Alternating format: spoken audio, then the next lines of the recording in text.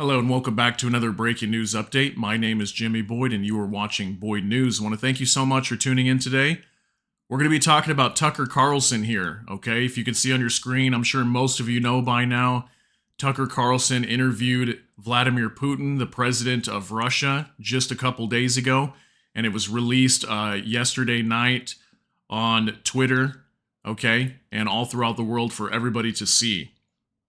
So, we're going to talk about a particular segment of the interview. It was like a 2-hour interview, and I know most of it was just Putin talking about history of Russia, dating back to like the last, several centuries, okay? But we're going to be talking about this on your screen. It says Putin ready to negotiate on Ukraine, okay? There was a segment there where they were talking about Ukraine, and Vladimir Putin was basically saying that Russia has been open to negotiation and talks on Ukraine and ending the war and all of that, right?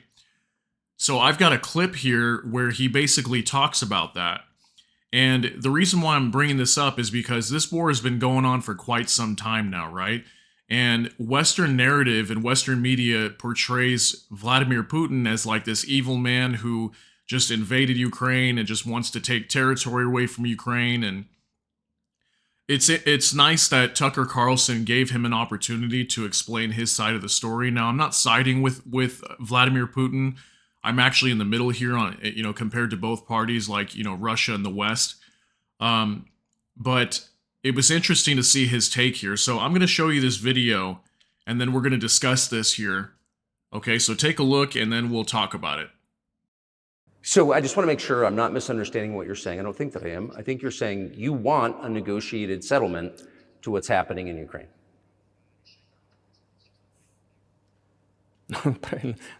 Right.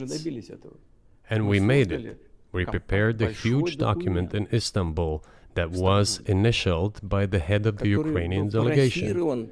He affixed his signature to some of the provisions, not to all of it. He put his signature and then he himself said, we were ready to sign it and the war would have been over long ago, 18 months ago. However, Prime Minister Johnson came, talked us out of it, and we missed that chance. Well, you missed it, you made a mistake. Let them get back to that, that is all. So I just want to make... Okay, so as you can see there, clearly there was a proposal deal to end the war in Ukraine. And he said there towards the end that Prime Minister Boris Johnson of the UK at the time, this was just a couple of years ago, right, towards the beginning of the war, he supposedly put an end to that deal and told Ukraine, like pressured Ukraine, I guess, and Zelensky, not to accept that deal, right, not to accept the end of the war. And I'm hearing that reports are saying that this was due to the fact that Ukraine was supposedly winning at the time. They had the upper hand, I guess. So they wanted this as an opportunity to maybe defeat Russia or maybe make Russia look bad because Ukraine was actually doing okay. Well, now it's kind of the other way around. Now Ukraine's not doing so hot right now, and Russia has the upper hand. So it's interesting that he brought that up, that he's basically exposing the fact that Russia is attempting to try to negotiate. And several times in this video, I will say, if you have not watched it, he did mention several times that Russia has been open to negotiating and is still open to negotiating. And there's even a part in this interview where he literally says, why doesn't the U.S. just come and negotiate with us versus sending all kinds of more weapons? The more weapons they send, the more this battle's going to go on in Ukraine, right? So he keeps saying that. He keeps saying, why do they keep sending weapons? Okay, so clearly it's the West, at least according to him. Okay, I'm not agreeing with him again. I'm just going based off what he says, that the West is not willing to negotiate, and he is. So he literally comes out on live television here with Tucker Carlson, and he's basically stating here that, Russia is willing to negotiate. So I've got this article up here too, and we're going to take a look at this real quick. Putin says he's open to negotiating with U.S. over Ukraine war in lengthy Carlson interview. Russian President Vladimir Putin said he was open to negotiating with the U.S. over the war in Ukraine during a 2-hour interview with former Fox News host Tucker Carlson. but the Russian leader spent much of his time expounding on history and repeating talking points in an attempt to justify his actions in Ukraine. Putin told Carlson in an interview from Moscow that Russia has never refused negotiations and would welcome any efforts from Washington to discuss a peace agreement in Ukraine. We hear all the time, is Russia ready? Yes, Putin said in the interview that aired Thursday. We have not refused, it was them who publicly refused. So he's talking about the negotiations here. So again, it looks like, at least coming from his mouth, and finally he has a chance to explain his side of the story, that he has tried to negotiate, but the West does not want to. So clearly the West just wants war, and Russia actually wants to resolve this issue, according to him. Okay? Putin has claimed before that he is open to negotiating an end to the war, including after Russian forces suffered massive losses in 2022 following Ukrainian counteroffensives.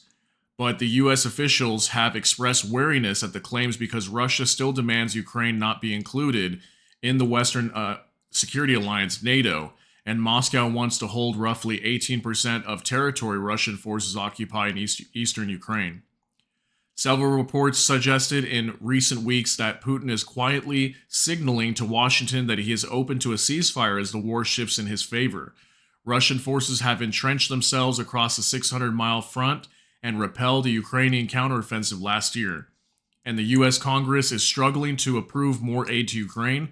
The Kremlin said in December that there was no basis for negotiations, but Putin signaled a major shift Thursday in some of his most expansive public comments yet on negotiating an end to the war with the West.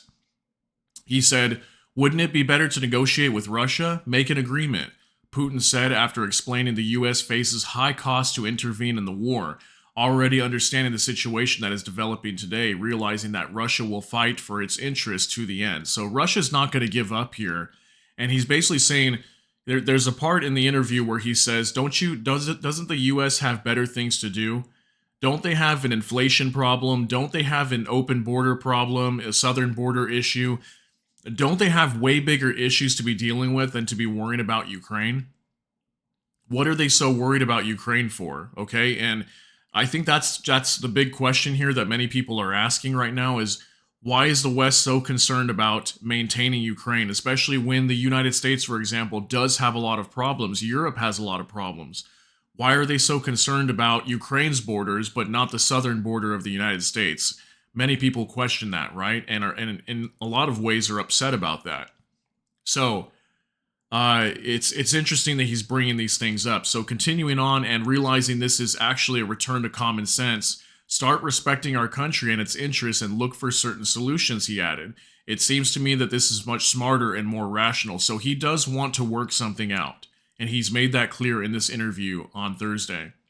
In the interview, Putin also repeated a claim that Russia was prepared to sign an agreement with Ukraine in the spring of 2022, shortly after the Russian offensive failed, but that then British Prime Minister Boris Johnson killed the deal because the Ukrainians were winning. Johnson has denied that account to the media and the failed negotiations at the time also came after alleged Russian war crimes were revealed in the town of Bucha upon a Russian retreat, which caused an uproar internationally. So, this was so far back that I don't really remember this happening. But yeah, according to Putin, that's the reason why this deal fell through, and the war would have ended should Ukraine have signed this peace deal. But they refused to, supposedly because Boris Johnson came along and told them not to. So that, in a way, if you think about it, all these people that have died, if this is true, if this information is actually confirmed to be true, all these people that have died is on Boris Johnson's shoulders, okay? He's got blood on his hands from all these people dying in a way. At least that's how I see it. Because he could have ended this war, right, for Ukraine, but he chose not to for whatever that reason might be. So very interesting what's going on here, and it begs to ask many different questions on really what's happening here. Why is this war in Ukraine going on? And that's why I keep telling all of you, I've been saying this for quite some time now, that this war over here is very, very important to both sides, okay? It's important to Russia. It's important to to the West. Okay, that means you're like Europe, along with the United States and Canada, whoever's involved in providing money and weaponry to Ukraine. This is obviously a very important war. Okay, and we haven't seen the end of this yet. And eventually we will see the end of this, and we're going to find out what the real reason was for this war. And I just hope it doesn't get really out of hand, because if we don't see some sort of peace deal and negotiations happening here where this thing ends peacefully, I think this is going to end very bad, because both sides want this extremely badly and neither side is willing to give up. So, yeah, there's a very big possibility that if this thing does not end with a peace deal at some point, someone's going to have to give up something. And I don't think it's going to be Russia. I think it'd more likely be the West that would give in. But even at that, I just don't see it happening. So expect this to get really bad over here, okay? And we're also expecting a counteroffensive here from Russia pretty soon, or like a massive offensive that they're going to be launching, okay? And they're going to try to take Ukraine. I think they're going to try to go for it here in the next year or two. They're going to try to go for Ukraine and finish this thing off, because they know the West is not going to give in. So, yeah, I mean, I hope you got something out of this. I'd like to know what you all think. If you have any comments or concerns on this, on what are your thoughts? Let me know down below. Comment below and give us your thoughts, okay? So I appreciate you being here. Thank you so much for tuning in. I hope you got something out of this. And we'll see you guys all in the next one. Thanks for hanging out. Everybody take care. God bless. And have a good day.